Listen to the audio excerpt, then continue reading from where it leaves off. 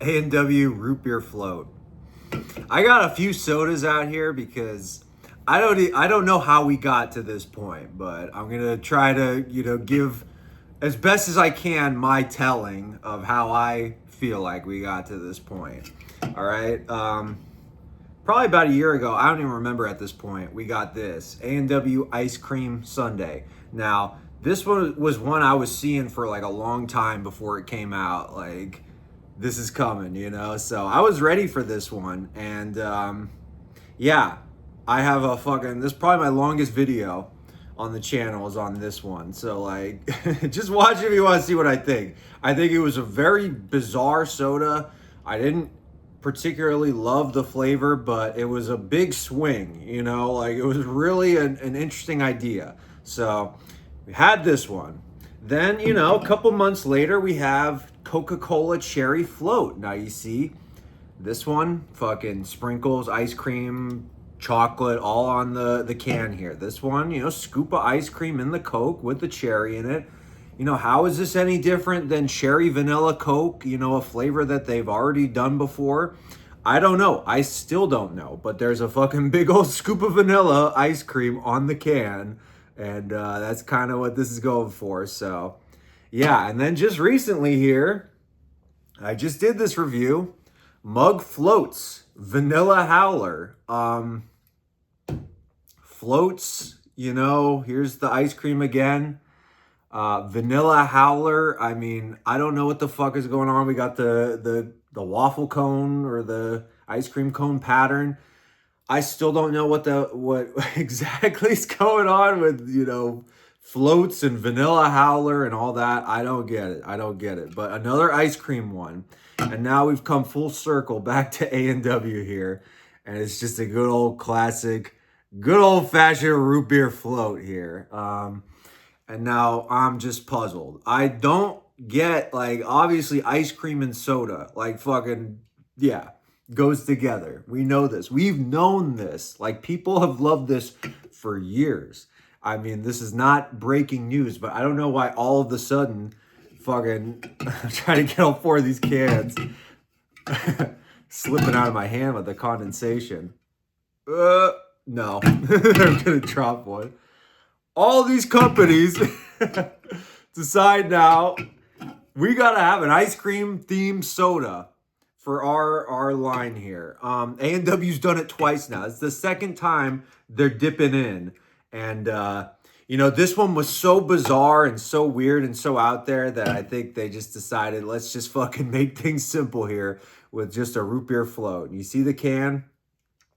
That's a root beer float. And I don't know. This is kind of weird to me because a root beer float is something that you use A&W's product, their root beer, and you pour it into a cup with vanilla ice cream, and there you go, you have it. But a root beer float flavored soda, I don't know, like, if I ever thought of that or if I ever thought that was going to be a thing. But I mean, here it is. The can, interesting brown color, I would say. I like the straw a lot with those A&W colors, those that kind of orange and just off-white cream color. Nice looking straw, scoop of vanilla, not very detailed. I like it a lot, just the shape. You don't need to detail it too much. That was kind of a plus. It was kind of something I liked about this can too, is it just wasn't very detailed, but it was simple and you knew what the shapes represented. You had the chocolate on the top, the sprinkles, just the color. Nothing crazy. This is like a lot more detailed and it looks nice, but I think you can go really far in a can with just some simple shapes. We know what that represents. It looks nice. The A&W logo kind of over this mug looking thing. And then an even darker brown to represent the root beer. Um, you know, uh, that font is kind of a little classic looking, looks like old time diner looking font.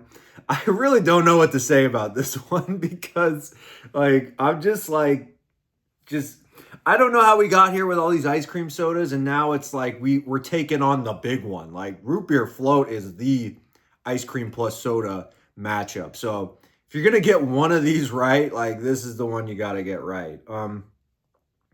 I don't know. Some about the cup is like with this yellow orange kind of gold outline and then the brown here. Like I know I was saying simple shapes and colors, but it doesn't really have like a distinct shape. You know, I don't really know what I'm looking at exactly. Like, obviously that's like a cup, but like, you know, where does it start? What's going on with it? Is that like yellow part? Is that like supposed to be the glass and that's like the lighting? I mean, I just don't know what's really going on there. But let's just fucking drink this one because I really want to taste it. I'm gonna try to see the color here. Should always bring a cup down here, but I never do. It's just brown. Looks like root beer. So that's good. It smells like cheap vanilla soda flavoring and root beer. That's what it smells like. I'm gonna be honest.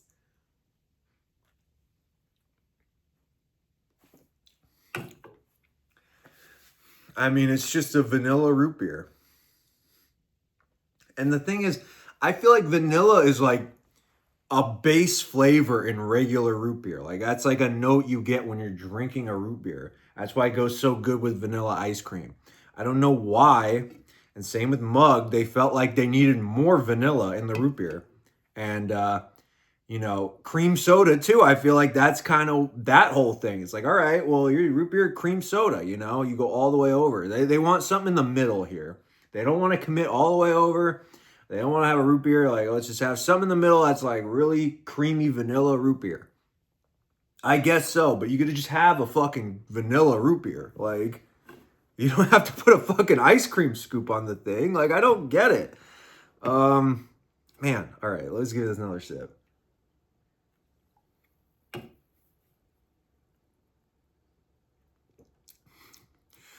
The finish is nice. I'm not gonna lie.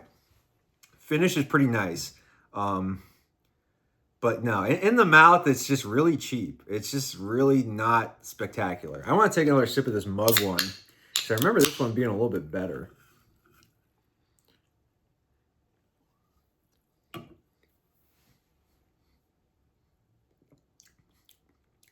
No, that Mug one is so much more complicated than I remember. But especially coming off of this, there's a lot of caramel in that Mug one. You know, that there's a lot of crazy flavors you're not getting in this A&W one. It's pretty one note. Yeah, one more sip. Let's just try to fully unpack this.